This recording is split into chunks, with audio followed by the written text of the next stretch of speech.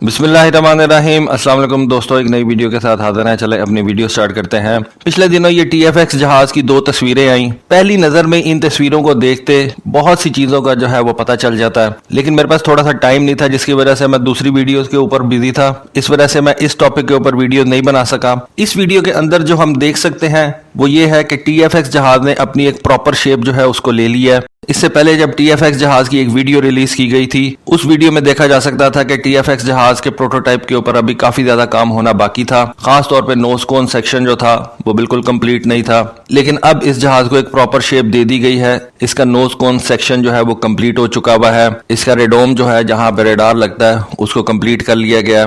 तस्वीर से ऐसा लग रहा है कि जैसे इसके इंजन जो है वो अभी नहीं लगाए गए, लेकिन ओवरऑल जहाज जो है वो कंप्लीट नजर आ रहा है। अब इस तस्वीर के अंदर जो सबसे स्ट्राइकिंग चीज आपको नजर आएगी वो ये इसका IRST सिस्टम है। IRST सिस्टम हम बहुत से जहाजों के ऊपर देख चुके हैं। रशियन जो है वो अपने पुराने जहाजों के ऊपर इसको इस्तेमाल करते चले आ रहे हैं।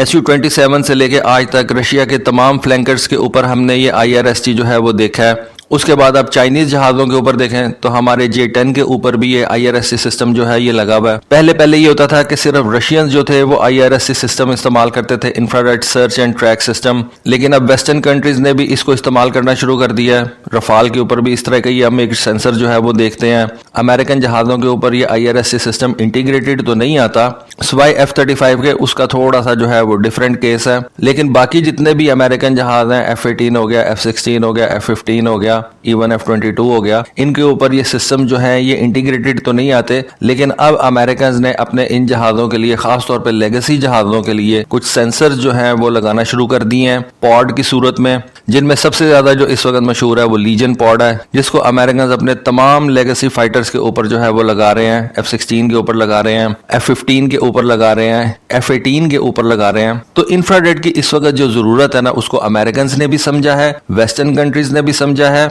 और इस सेंसर को उन्होंने अपने जहाजों के ऊपर लगाना शुरू कर दिया। इससे पहले सिर्फ ये सेंसर जो है हमें रशियन जहाजों के ऊपर नजर आते थे, लेकिन जब से दुनिया के अंदर ये स्टेल्थ जहाज आना शुरू हो गए हैं, IRST की जो डिमांड है वो बढ़ गई है, और अमेरिकन ने इसको देखते हुए अपने जहाजों के ऊपर ये सेंसर लगाना शुरू कर दिए हैं। क्योंकि रेडार जो होता है ना वो बेसिकली एक्टिवली काम करता है। आपको रेडार को हर वक्त ऑन रखना पड़ता है, और रेडार एक सर्च मोड के अंदर दुश्मन के टारगेट्स को जो है वो देख रहा होता है या उनको डिटेक्ट करने की कोशिश कर रहा होता है। लेकिन जब से ये IRST आया है, एयर फोर्सेस ने एक नया तरीका अपनाया कि वो अपने रेडार को बंद कर देती हैं, और IRST के जरिए से ही वो दुश्मन के जहाजों को जो है वो डिटेक्ट करती हैं। इस तरह से दुश्मन को आपकी प्रेजेंस का भी नहीं पता चलता जब आपका रेडार ही बंद होगा, और आप IRST के जरिए से अपने दुश्मन को ट्रैक करने की कोशिश करेंगे, तो आपका जो एडवर्सरी है वो आपके रेडार को जैम ही नहीं कर सकेगा। रेडार ही बंद होगा तो जैम किसको करेगा? IRST को इजीली जैम किया नहीं जा सकता। IRST के भी काउंटर मेजर्स जो है वो अवेलेबल हैं, लेकिन लॉन्ग रेंज के ऊपर IRST को फिलहाल जो है वो इजीली जैम नहीं किया जा सकता।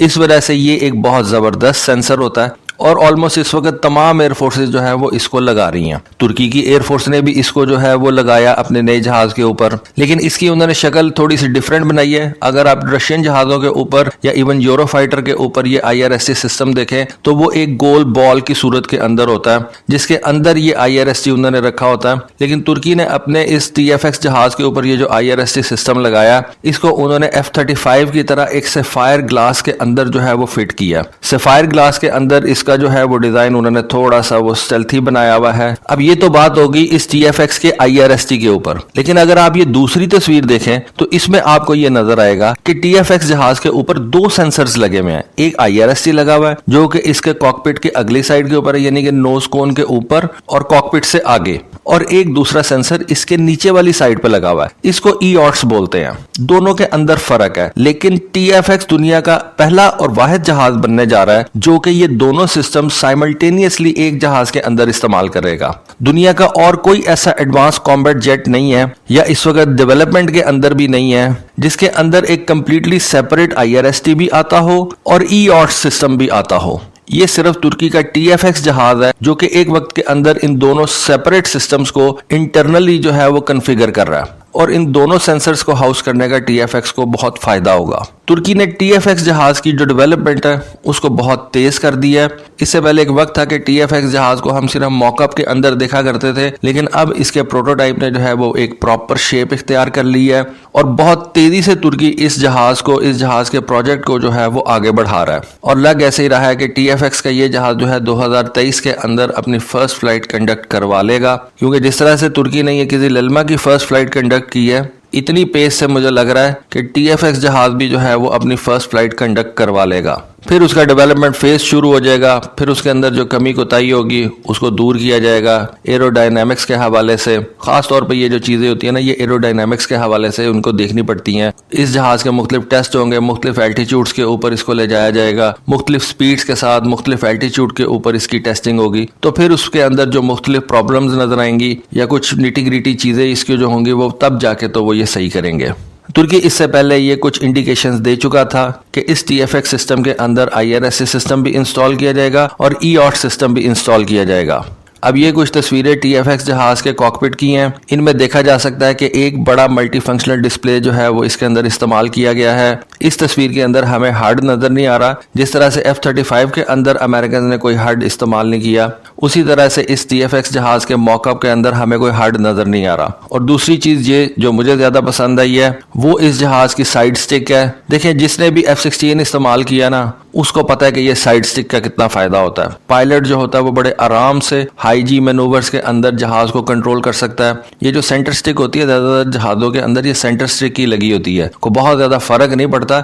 लेकिन F-16 का जो कॉकपिट था वो पायलट की ईज के लिए डिजाइन किया गया था कि हाई जी मैनूवर्स के अंदर पायलट को ज्यादा प्रॉब्लम ना हो। इसी वजह से पायलट को एक साइड स्टिक दी गई थी और अब आने वाले दिनों के अंदर बहुत से फाइटर जेट्स जो है वो इस साइड स्टिक की तरफ जा रहे हैं। F-35 के अंदर सेम हम चीज देखते हैं, अब ये TFX के अंदर हम ये सेम चीज देख रहे हैं कि पायलट को राइट साइड के ऊपर एक साइड स्टिक दे दी जाएगी, उसकी जो जॉकी होती है उससे वो पूरा जहाज कंट्रोल करेगा। अमेरिकन के पास सिर्फ एक ऐसा जहाज है, वो जहाज अमेरिकन एयरफोर्स के अंदर ऑपरेशनल नहीं है, जिसके अंदर हम ये IRSC सिस्टम जो है वो जहाज के अंदर इंटीग्रेटेड देखते हैं। ये बेसिकली अमेरिकन के पास एक पुराना F-5 एडवांस टाइगर जहाज है जिसको अमेरिका की एक private company as an aggressor इस्तेमाल करती है। अब ये एक अमेरिकन कंपनी है टैक एयर, उसके पास ये F-5 एडवांस टाइगर जहाज मौजूद है। इन जहाजों के अंदर इंटीग्रेटेड IRSC सिस्टम्स लगे हुए हैं, लेकिन ये जहाज अमेरिकन एयरफोर्स में ऑपरेशनल नहीं है, ये एक प्राइवेट कंपनी का जहाज है।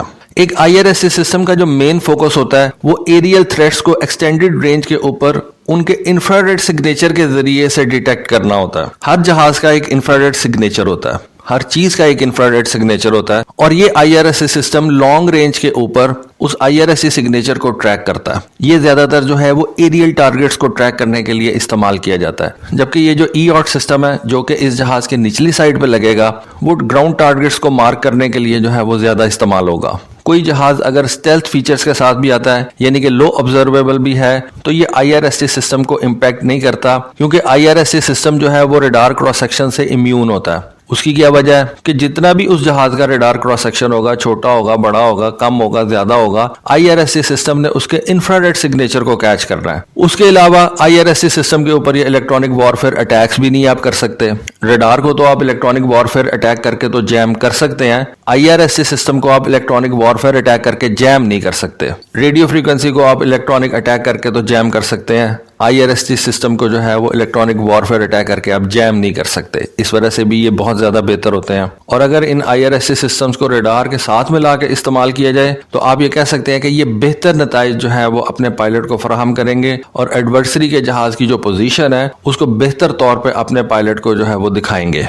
TFX जहाज के अंदर ये दो सेंसर्स अलग अलग लगे हुए हैं, इससे पायलट को एक एडवांटेज जरूर हासिल होगा। पायलट IRSC सिस्टम को किसी और काम के लिए इस्तेमाल करेगा, एरियल थ्रेट को डिटेक्ट करने के लिए इस्तेमाल करेगा, जबकि सेम टाइम पे EOT सिस्टम को ग्राउंड टारगेट को एंगेज करने के लिए, सर्वेलेंस के लिए इस्तेमाल कर सकता है। यानी कि दो अलग अलग सिस्टम्स होने की वजह से TFX का पायलट जो है वो एक ही वक्त के अंदर इन दोनों सिस्टम से अलग अलग काम करवा सकता है। और क्योंकि आजकल आपको पता है कि जहाजों के अंदर डाटा शेयरिंग होती है लिंक 16 हो गया, लिंक 17 हो गया, तो ये जहाज अपने दोनों सेंसर्स अलग अलग डाटा जो है वो अपने पीछे कमांड सेंटर्स को भेज सकते हैं। अगर दो जहाज किसी भी मिशन के ऊपर जाते हैं और दोनों जहाज़ों के ऊपर ये सेंसर्स लगे हुए हैं और इन दोनों जहाज़ों के जो सेंसर्स हैं वो आपस में एक दूसरे का डाटा फ्यूज करके तो एक क्लियर पिक्चर जो है वो दोनों पायलट्स को शो कर सकते हैं। ये भी इस IRSC सिस्टम और EOTS का जो है वो एक बड़ा एडवांटेज है। TFX जहाज जो है ना वो इस वक्त तुर्की के लिए बहुत ज्यादा इंपॉर्टेंट हो गया हुआ। पहले अमेरिका ने तुर्की को ये पैट्रियट सिस्टम देने से इनकार किया, जिसकी वजह से तुर्की ने रशिया का S-400 surface to air missile system purchase किया, और जब तुर्की ने ये S-400 सिस्टम परचेज किया, अमेरिकन ने F-35 प्रोग्राम से तुर्की को निकाल दिया। इस वजह से तुर्की का ये जो TFX प्रोग्राम है ना, ये जो TFX जहाज है, ये तुर्की के लिए बहुत ज्यादा इंपॉर्टेंट हो गया हुआ। और लग ऐसा रहा है कि सिर्फ इंजन एक इसके अंदर वीक लिंक है, क्योंकि इस TFX जहाज के अंदर जो इंजन इस्तेमाल होगा वो वही सेम इंजन है जो इस वक्त तुर्की अपने F-16 के अंदर इस्तेमाल कर रहा है, जनरल इलेक्ट्रिक का। मेरे ख्याल से एक 5th जनरेशन के जहाज के लिए तुर्की को एक ज्यादा बेहतर इंजन जो है वो चाहिए, जिसकी थ्रस्ट ज्यादा हो, जो कि इस जहाज को ज्यादा बेहतर तरीके से पावर कर सके, इसके सेंसर्स को ज्यादा बेहतर तरीके से जो है वो ऑपरेट करवा सके और ज्यादा देर तक जो है वो इस जहाज के साथ चल सके। बाकी ओवरऑल TFX जहाज की जो डेवलपमेंट है वो बड़ी तेजी से आगे चल रही है। तुर्की जो है वो इस जहाज को बहुत तेजी से आगे लेके जा रहा है, क्योंकि उसकी रीजन ये है कि तुर्की का जो एडवर्सरी है ना इस वक्त ग्रीस, वो बहुत तेजी से अच्छे जहाज इंडक्ट कर रहा है। उसने रफाल भी इंडक्ट कर लिया है, वो जो है वो अमेरिका से F-35 जहाज भी लेने जा रहा है। तो तुर्की के लिए ये जहाज बहुत ज्यादा इंपॉर्टेंट हो गया हुआ है। तो देखें आने वाले दिनों के अंदर चीज़ें किस तरफ को जाती हैं। तो दोस्तों ये थी आज की वीडियो, ये थी आज की इन्फॉर्मेशन। होपफुली आपको आज की वीडियो, आज की इन्फॉर्मेशन पसंद आई होगी। कमेंट सेक्शन में अपनी राय से ज़रूर आगाह कीजिएगा। आज के लिए बस इतना ही। Thank you. अल्लाह हाफिज़।